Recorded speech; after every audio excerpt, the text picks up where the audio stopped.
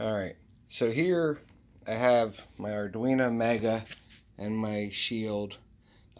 This shield, while it says Arduino motor shield, does not have the pin that needs to be cut underneath, that V-trace or whatever it was.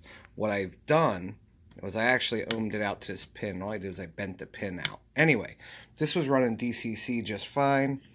Over here, the black wires are the programming track, red and green are the running track.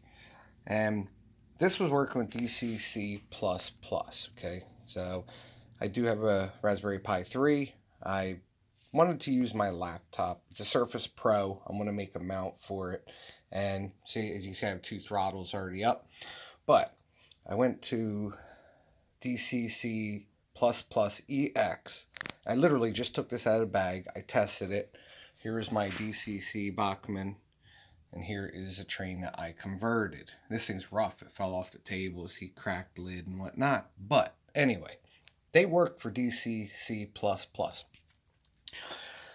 My props to the guys for DCC++ EX.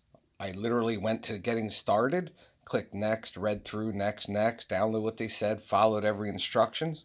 All I did to my Arduino from DCC++ to DCC++ EX was this. I had a jumper. I think it was like from pin 3 and 13 or something. It just jumped between the two of them. I just took it off. That's it. No jumper. I don't have the Wi-Fi board. I don't know if I want to go Wi-Fi. I don't know if I want to use cell phones to control or an iPad. We'll see. Anyway, I did that. And by removing that, I had to add separate power here. Because we do have power coming in here on one power brick. And now we are separate power here because that pin that's bent, there's no power between the two. Anyway, literally all I did was I walked through, like I said, I went through, next. You know, installed the software. Their utility was cool. You pulled it up. You chose your board, your motor shield, any other options. You hit compile and upload, and it went. It was the easiest thing ever. So let's go here. So there's a lot on my screen at the moment. Let me see if I can clean this up for you real quick. I'll hide the throttles. Just going to close that out. We'll close that out. You know, we'll close it all out. All right. So, all right. Launch Panel Pro.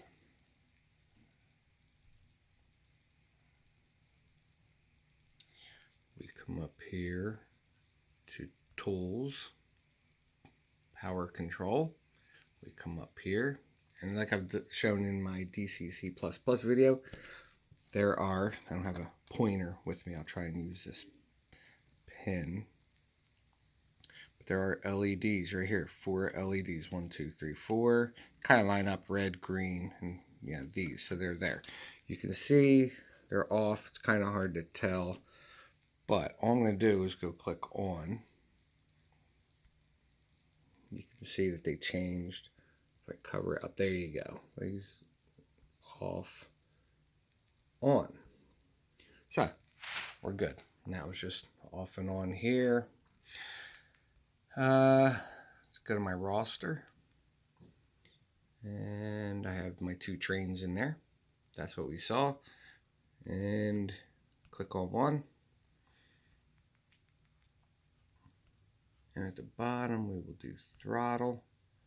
And we will click on the second train. And we will do throttle as well.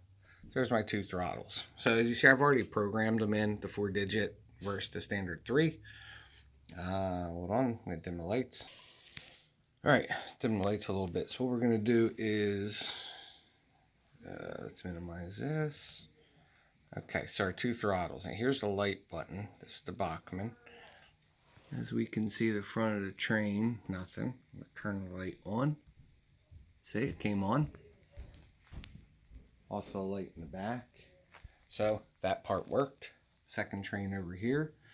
We'll do the same thing. We'll turn the light on. Now this one I converted. It's a little different. So I'll turn the light on. Now the light's on in the front, not the back. It actually selects by driving. So That's this one here. And see, it's in reverse.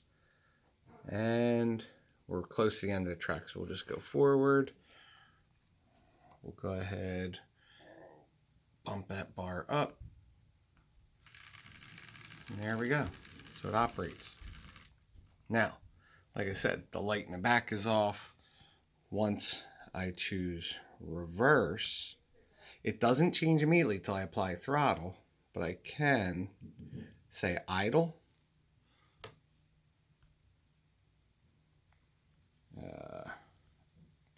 You can say idle.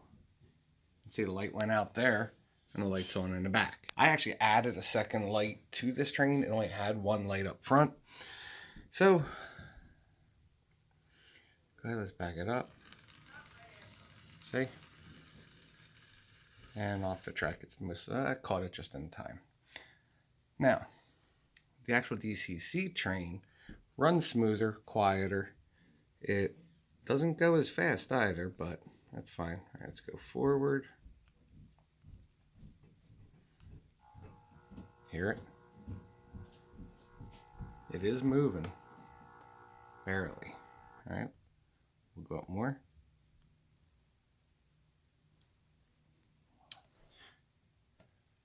All right, it was just the track is dirty. It's been sitting in a box. I didn't even wipe it down. I just took it out of the box, threw it up there. All right, anyway, let's go ahead and get it moving.